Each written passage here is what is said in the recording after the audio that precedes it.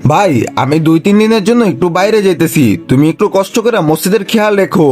আরে আমি তো চোখে দেখি না, কিভাবে খেয়াল রাখবো? আরে ভাই কোনো সমস্যা নাই, তুমি আল্লাহর ভরসা মসজিদ রেখে দিও, তুমি শুধু নামাজ পড়লেই হবে। আচ্ছা ঠিক আছে ভাই।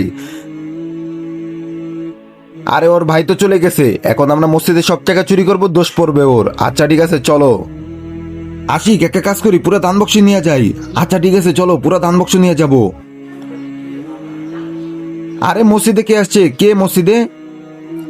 আরে মসজিদের দান বক্স তো চুরি হয়ে গেছে, ইয়া আল্লাহ, এখন তুমি বাঁচাইতে পারো আমাকে। কিন্তু তার আগে তুমি যদি আল্লাহকে ভালোবাসো তাহলে ভিডিওতে লাইক করে চ্যানেলটাকে সাবস্ক্রাইব করো, আর শয়তানকে ভালোবাসলে কিছুই করা লাগবে না, কমেন্টে বলো আই লাভ আল্লাহ। ভাই না হলেও তো 2 লাখ টাকার মতন আছে। তোরা যে দান বক্স চুরি করছিস না, পারলে একটু বক্সটা খুলে দেখ। ভাই খুলতো। আরে এটার ভিতরে তো কিছুই নাই। তোরা যে এই দান বক্সটা চুরি করছিস না, এটা করে তোরা সবচেয়ে বড় ভুলটা করছস। এখন তোরা দেখবি দুনিয়াতেও তোদের কষ্ট হবে, আখেরাতেও কষ্ট হবে, তোরা কোনো জায়গায় মাপ পাবি না।